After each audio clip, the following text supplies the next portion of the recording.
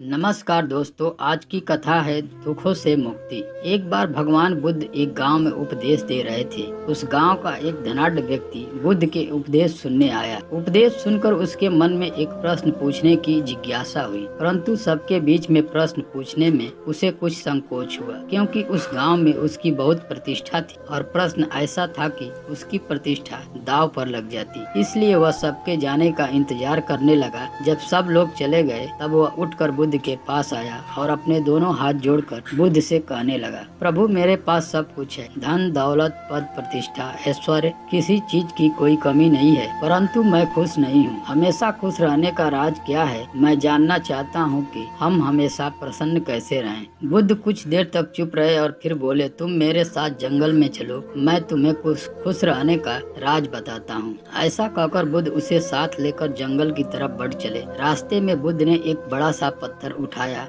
और उस व्यक्ति को देते हुए कहा, इसे पकड़ो और चलो। वह व्यक्ति पत्थर उठाकर चलने लगा। कुछ समय बाद उस व्यक्ति के हाथ में दर्द होने लगा, लेकिन वह चुप रहा और चलता रहा। लेकिन जब चलते हुए काफी समय बीत गया और उस व्यक्ति से दर्द सहा नहीं गया, तो उसने बुद्ध को अपनी परेशानी बताई। बुद्ध ने उससे कहा, पत्थर नीचे रख दो। पत्थर नीचे रखते ही उस व्यक्ति को बड़ी राहत महसूस हुई। तभी बुद्ध ने समझाया, यही खुश रहने का राज है। उस व्यक्ति ने कहा, भगवान, मैं कुछ समझा नहीं। बुद्ध बोले, जिस तरह इस पत्थर को कुछ पल तक हाथ में रखने पर थोड़ा सा दर्द, 1 घंटे तक रखने पर थोड़ा ज्यादा दर्द और काफी समय तक उठाए रखने पर तेज दर्द होता है, उसी तरह दुखों के बोझ को हम जितने ज्यादा समय तक अपने कंधे पर उठाए रखेंगे, उतने ही ज्यादा दुखी और निराश रहेंगे। यह हम पर निर्भर करता है कि हम दुखों के बोझ को कुछ पल तक उठाए रखना चाहते हैं या जिंदगी भर। अगर खुश रहने की आकांक्षा हो तो दुख रूपी पत्थर को जल्द से जल्द नीचे रखना सीखना होगा। संभव हो तो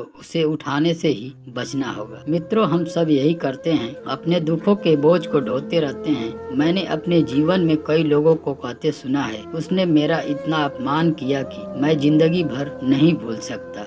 वास्तव में अगर आप उसे नहीं भूलते हैं तो आप अपने आप को ही कष्ट दे रहे हैं। दुखों से मुक्ति तभी संभव है जब हम दुख के बोझ को अपने मन से जल्द निकाल दें और इच्छाओं से रहित होकर या जो है उसमें संतोष कर प्रसन्न रहें। याद रखिए, प्रत्येक क्षण अपने आप में नया है और जो क्षण बीत चुका है उसकी कड़वी यादों को मन में संजो कर रखने से बेहतर है कि हम अपने वर्तमान क्षण का पूर्ण रूप से आनंद उठाएं। इसलिए खुश रहिए, प्रसन्न रहिए। दोस्तों, यह कथा आपको कैसी लगी कमेंट बॉक्स में जरूर बताएं। इस कहानी के लिए एक लाइक कर दें। मिलते हैं नेक्स्ट वीडियो में, तब तक के लिए धन्यवाद।